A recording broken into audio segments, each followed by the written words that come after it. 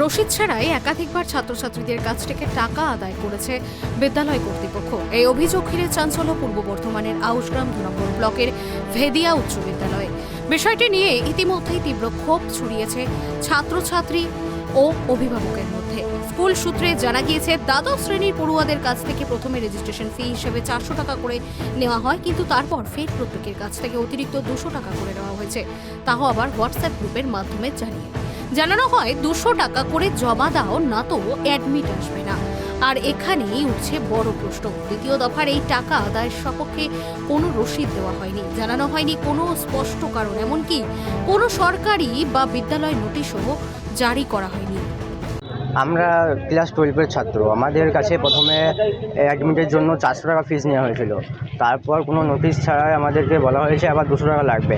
আমরা জিজ্ঞাসা করেছিলাম কিসের জন্য, কিন্তু বলেছিল যে কাউন্সিলর ফিস বাড়িয়েছে, সেই জন্য আমাদের কাছ থেকে আবার এক্সট্রা 200 টাকা চার্জ করা হচ্ছে। এই যে 600 টাকা 400 টাকা তোরা দিয়েছিস, তার কোনো রসিদ আছে তোদের কাছে? না, আমাদের কাছে কোনো রসিদ নেই।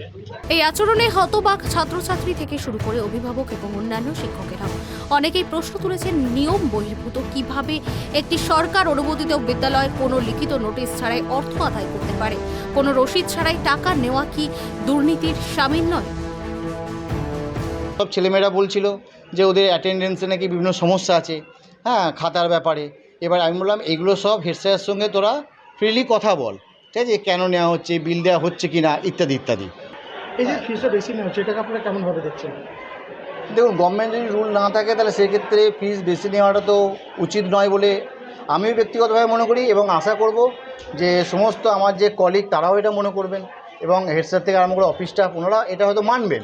এবার কেন মানবেন কি মানবেন না বা কী নিয়ম আমাদের পক্ষে তো জানা সম্ভব নয়। ঘটনার পর একাধিক ছাত্রছাত্রী মিলে বিদ্যালয়ের প্রধান শিক্ষককে একটি দরখাস্ত জমা দেয়। তাতে জানানো হয় কেন, কি উদ্দেশ্যে ওই 200 টাকা করে আদায় করা হলো তার সঠিক ব্যাখ্যা চাওয়া হচ্ছে, কিন্তু আশানুরূপ উত্তর এখনো মেলেনি বলে অভিযোগ পড়ুয়াদের।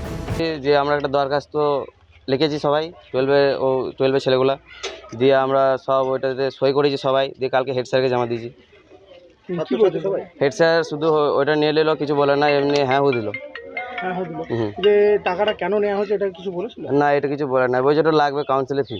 এ বিষয়ে বিদ্যালয়ের প্রধান শিক্ষক দাবি করেন, স্কুলে ছাত্র সংখ্যা অনেকটাই কম, তাই কিছু খরচ সামলাতেই সাময়িকভাবে ওই টাকা নেওয়া হয়েছে। কাউন্সিলের নির্ধারিত ফি বাদে বাকি অর্থ ফেরত দেওয়া হবে। আসলে কিছুটা ভয় দেখানোর জন্যই এই টাকা নেওয়া হয়েছিল, দাবি প্রধান শিক্ষকের। দেখুন, ওটা আমাদের স্কুলের স্টুডেন্ট খুব কম আসছিল, ঠিক আছে, এবং ওই অ্যাবসেন্স কমানোর জন্য একটা যে শর্ট টার্ম প্রেজেন্সে যে একটা অ্যামাউন্ট রয়েছে ওটা ধরুন ওদের নেওয়া হয়েছে। তবে এটা ধরুন পুরোটাই ফেরতযোগ্য, ইন দ্য সেন্স ওদের এটা ভয় কমাতে নেওয়া হয়েছে, এবং এটা কমপ্লিটলি একটা মিসআন্ডারস্ট্যান্ডিং, এবং ওদের বলেও দেওয়া হবে সঙ্গে সঙ্গে ধরুন যে টাকাটা যা দেওয়া হবে এখানে কাউন্সিল যা ফি নেবে সেটা বাদ দিয়ে পুরোটাকে ফেরত দেওয়া হবে। আমি এটা জানতাম না, এটা অফিসিয়াল একটা ব্যাপার হয়েছে, এটা ধরুন একটা কমপ্লিট মিসআন্ডারস্ট্যান্ডিং। না, আপনি জানতেন না, আপনি বলছেন আপনি জানতেন না, আপনার স্টাফেরা এটা নিয়েছে, এটা মিসআন্ডারস্ট্যান্ডিং হয়েছে কোথাও একটা। তার এই মন্তব্যে আরো বিস্মিত শিক্ষা মহল। প্রশ্ন উঠছে, শিক্ষকের কাজ শিক্ষাদান, ভয় দেখানো নয়। টাকা ফেরত দিতে হলে আদায় বা করা হলো কেন, উঠছে প্রশ্ন। এরই মাঝে চাঞ্চল্যকর স্বীকারোক্তি বিদ্যালয়ের ক্লার্কের, কি জানিয়েছেন তিনি, শুনে নেব। আগরতলা থেকে সার্কুলারটা রিলিজ হয়েছে আমার যতদূর মনে হয় যে তোমার 1-2 মাস আগে। 1-2 মাস আগে আপনারা টাকা ডিমান্ড করছেন 2 দিন আগে। হ্যাঁ, কিন্তু আমার যেটা ফল্ট হয়েছে সেটা আমি মনে করেছিলাম যে পুরনো স্ট্রাকচার দিয়ে যে ফিজটা হয়েছে, ঠিক আছে, আমার যেটা মনে হয়েছে, এবং সেটা আমার ভুল হয়েছে।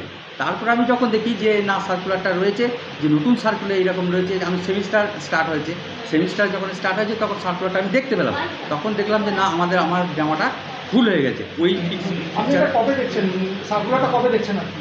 সার্কুলারটা দেখছি আমি 3-4 দিন আগে। আপনি 3-4 দিন পরে 200 টাকা করে তাহলে আরও কী করে চাইছেন? না, তারপরে নোটিশটা আগে করা হয়েছিল, তারপরে ওরা অভিযোগ 2 দিন আগে চাওয়া হচ্ছে। ঘটনার সার্বিক পরিপ্রেক্ষিতে অভিভাবকরা চাইছেন প্রশাসনিক তদন্ত। স্থানীয় শিক্ষা মহলেও এই ঘটনা নিয়ে আলোড়ন ছড়িয়েছে। কেউ কেউ বলছেন বিষয়টি শুধুমাত্র ভুল বোঝাবুঝি বলে উড়িয়ে দেওয়া নয়, প্রয়োজনে শিক্ষা দপ্তরের হস্তক্ষেপ জরুরি। পূর্ব বর্ধমান থেকে কল্যাণ দত্তের রিপোর্ট, ট্রাইব টিভি বাংলা।